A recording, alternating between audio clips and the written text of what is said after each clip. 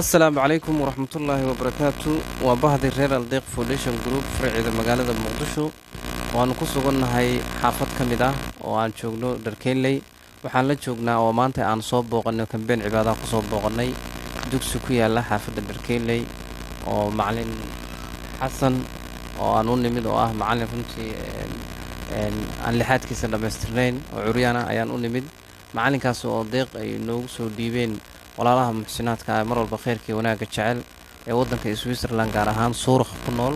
walaasheen Safiyo ayaa waxaa jeclaysatay maadaama bisha gabagabada Ramadaanta ay ku jirno inaan ka farxino walaalaha muslimiinta ah. deeq lacageed oo $50 ah ayaanu soo gaarsiinay waxaan macalimiinta guddoon deeqda $50 ahayd.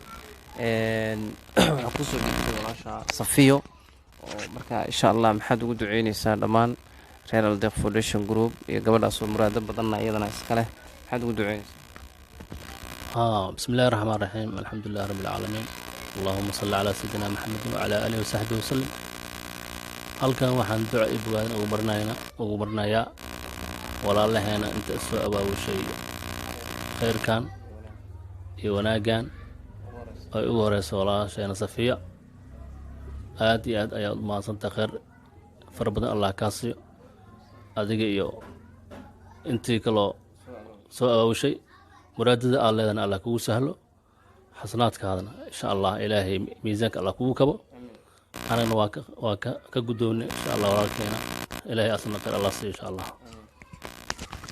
maasha Allah macalin xasan ducadaas Allah noo aqbalo.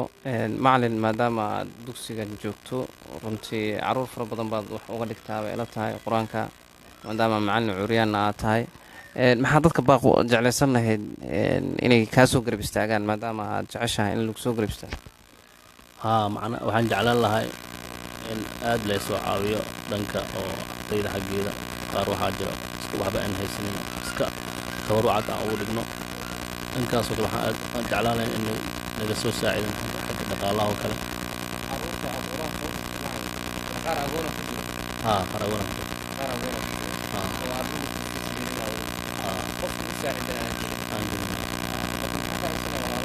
walaala waxaan ka codsanayaa ilmahaas darteeda inay soo garab istaago lagu caawiyo aan jeclaan lahaa insha Allah.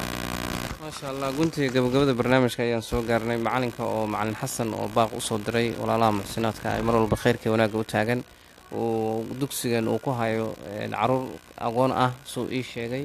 caruurtaas aqoonta ah uu iskaga dhiga fii sabiilillah wax garaba uunan ku haysan.